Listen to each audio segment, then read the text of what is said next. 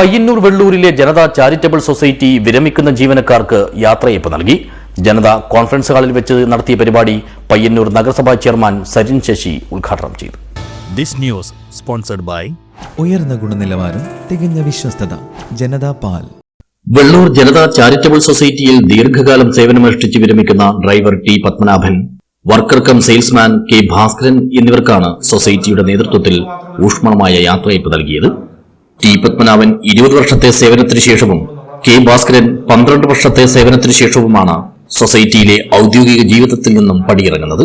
വെള്ളൂരിലെ Janata conference ഹാളിൽ വെച്ച് നടത്തിയ യാത്രയയപ്പ് പരിപാടി പയ്യന്നൂർ നഗരസഭാ ചെയർമാൻ സരിൻ ശശി ഉദ്ഘാടനം ചെയ്തു.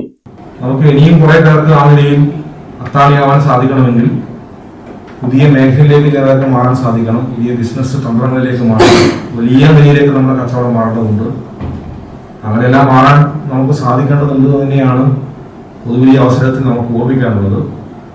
തീർച്ചയായിട്ടും അങ്ങനെ ഒരു മുന്നേറ്റത്തിലേക്ക് ജനത കുതിച്ചപ്പോൾ ആ കുതിപ്പിന്റെ ഭാഗമായി നിന്ന 2 പേർ നാളെ മുതൽ നമുക്കിവിടെ അവര് നമ്മുടെ കൂടെ ഉണ്ടാവില്ല എന്നുള്ളത് നേരത്തെ സെക്രട്ടറി പറഞ്ഞതുപോലെ അതൊരു നിശ്ചയമായി നടക്കേണ്ട ഒരു കാര്യമാണ് റിട്ടയർമെന്റ് എന്ന് പറയുന്നത്.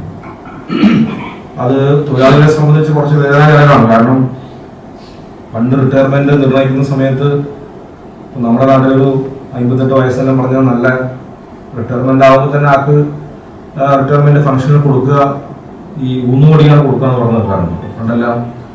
വിരമിക്കുന്നവർക്കുള്ള സൊസൈറ്റിയുടെ സ്നേഹോപഹാരവും നഗരസഭാ ചെയർമാൻ കൈമാറി. പരിപാടിയിൽ എ വി കുഞ്ഞിക്കണ്ണൻ അധ്യക്ഷനായി. സൊസൈറ്റി സെക്രട്ടറി ടി ശ്രീജിത്ത് സ്വാഗതം പറഞ്ഞു. E Bhaskaran, K V Sudhakaran, E Karunakaran, V P Prabhakaran, P V Ramachandran എന്നിവർ സംസാരിച്ചു. ഭരണസമിതി അംഗങ്ങളും സൊസൈറ്റി ജീവനക്കാരും പരിപാടിയിൽ പങ്കെടുത്തു. News bureau, Cheruvathur.